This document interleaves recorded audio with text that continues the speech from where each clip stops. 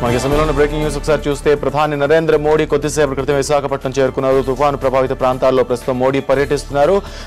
ఇప్పటికే విమానాశ్రయాన్ని మోడీ పరిశీలించారు. పూర్తిగా తుఫాను తాకిడికి దెబ్బతిన్న విమానాశ్రయాన్ని పూర్తిస్థాయిలో అక్కడ మోడీ పరిశీలించారు. తర్వాత కొన్ని కాలనీలకు కూడా వెళ్లనున్నారు. ప్రధానితో పాటు గవర్నర్ నరసింహన్, సీఎం చంద్రబాబు నాయుడు, అలాగే కేంద్ర మంత్రులు వెంకయ్యనాయుడు, అశోక్ గజపతిరాజు మొత్తం ఈ తుఫాను ప్రభావిత ప్రాంతాలను కూడా చూడడానికి వెళ్తున్నారు. ప్రభావిత ప్రాంతాల్లో పర్యటన తర్వాత కలెక్టరేట్లో సమీక్షా సమావేశం కూడా కొనసాగుతుంది. సమీక్షా సమావేశం తర్వాత ప్రధాని మళ్ళీ దీనిపై కొన్ని హామీ ఇచ్చి కొన్ని వరాలు జల్లు కురిపిస్తారని చెప్పి అంతా ఆశగా ఎదురు చూస్తున్నారు. తుఫాను ప్రభావిత ప్రాంతాలకు సంబంధించి ఒక ప్రత్యేక ప్యాకేజీ ప్రధాని ప్రకటించి అక్కడి నుంచి వైజాగ్ నుంచి వెళ్తారని కూడా అంతా ఆశిస్తున్నారు. ప్రస్తుతానికైతే మనం చూస్తున్న దృశ్యాల్లో ప్రధాని ఎయిర్పోర్ట్, విశాఖ ఎయిర్పోర్ట్ని చూస్తున్న దృశ్యాలు మనం చూస్తున్నాం. ఆయన భారత వాయుసేనకు సంబంధించిన విమానంలో అక్కడికి చేరుకుని వెంటనే అక్కడున్న ఎయిర్పోర్ట్ని పరిశీలించారు. తర్వాత ఎయిర్పోర్ట్ని పరిశీలించిన తర్వాత ముఖ్యమంత్రి చంద్రబాబు నాయుడు, మోడీ ఒకే కారులో ప్రయాణిస్తూ మిగతా ప్రాంతాలను చూసేందుకు వెళ్లారు. ఎంవిపి కాలనీ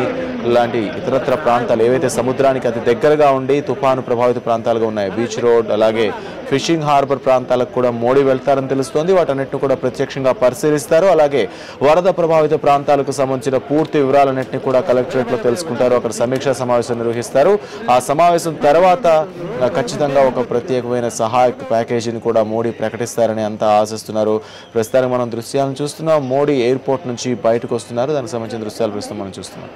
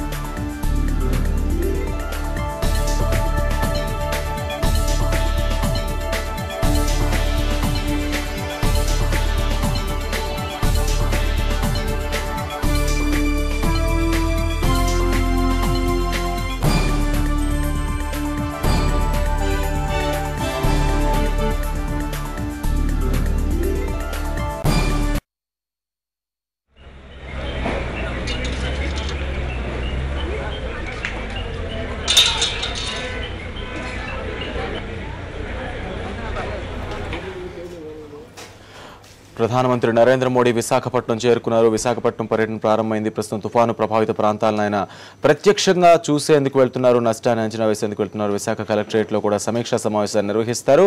సమీక్షా సమావేశం తర్వాత ఒక ప్రత్యేక ప్యాకేజీని కూడా ప్రకటించే అవకాశం ఉన్నట్టుగా అంతా భావిస్తున్నారు. తుఫాను ప్రభావిత ప్రాంతాలన్నింటిలో పర్యటన తర్వాత కలెక్టర్ ఉంటుంది.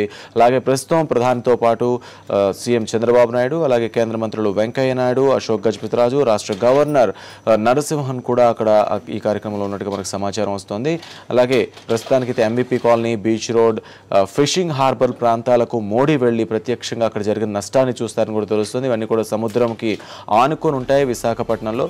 సో ఈ సముద్రం తీరం వెంబడి ఉన్న కాలనీల్లో జరిగిన బీభత్సాన్ని ఒకసారి ప్రత్యక్షంగా ఆయన చూసిన తర్వాత కలెక్టరేట్లో నిర్వహించే సమీక్షా సమావేశానికి వెళ్తారు.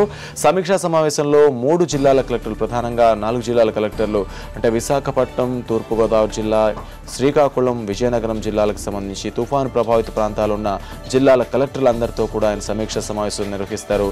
సమీక్షా సమావేశం తర్వాత ఆయన మీడియాతో మాట్లాడే అవకాశం ఉన్నట్టు కూడా మనకు సమాచారం వస్తుంది. పూర్తి వివరాలు అందాల్సింది. ప్రస్తుతానికైతే మోడీ పర్యటన కొనసాగుతోంది విశాఖపట్నంలో. తుఫాను ప్రభావిత ప్రాంతాలన్నింటిలో కూడా మోడీ ప్రత్యక్షంగా అక్కడ చూస్తున్నారు.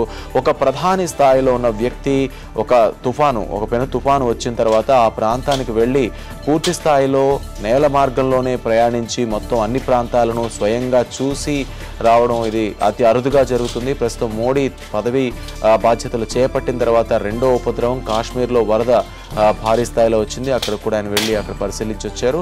సాధారణంగా ప్రధానులందరూ కూడా ఏరియల్ సర్వే చేసి వస్తుంటారు.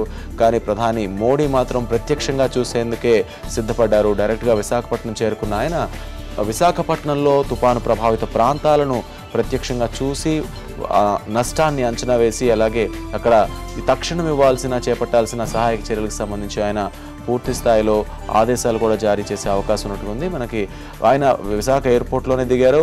ఏ ఎయిర్పోర్ట్లో అయితే దిగారో అదే ఎయిర్పోర్ట్లో కూడా భారీ బీభత్సం జరిగింది. అంటే మొన్నటి తుఫాను తాకిడికి ఆ ఎయిర్పోర్ట్ పైకప్పు అంతా కూలిపోయిన పరిస్థితి, అల్లకల్లోని పరిస్థితి, వాటిని కూడా ఆయన ప్రత్యక్షంగా పరిశీలించారు.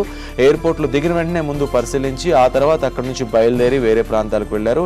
ఎంవిపి కాలనీలో కొన్ని గృహాలు, అక్కడ ఉన్న షాపులు అన్ని కూడా భారీ స్థాయిలో దెబ్బతిన్నాయి. అక్కడ ప్రజలు చాలా మంది నష్టపోయారు. వాటిని ప్రత్యక్షంగా చూస్తారు. ఆ తర్వాత బీచ్ రోడ్లో కూడా ఆయన పర్యటిస్తారు. బీచ్ రోడ్లో ఉన్న ప్రాంతం అంతా ఎలా అతలాకుతలమైందో చూస్తారు. ఆ తర్వాత చివరిగా బీచ్ రోడ్ చివరిలో ఉన్న ఫిషింగ్ హార్బర్కి వెళ్తారు. అక్కడ మత్స్యకారుల పడవలకు వాటికి ఎలాంటి నష్టం జరిగింది, ఆ ఫిషింగ్ హార్బర్ జెట్టీలో ఎలాంటి నష్టం జరిగిందనే వాటిని కూడా ఆయన ప్రత్యక్షంగా చూస్తారు. తర్వాత కలెక్టరేట్కి చేరుకుంటారు. కలెక్టరేట్లో తుపాను ప్రభావిత జిల్లాల కలెక్టర్లందరితో కూడా సమీక్షా సమావేశం నిర్వహిస్తారు.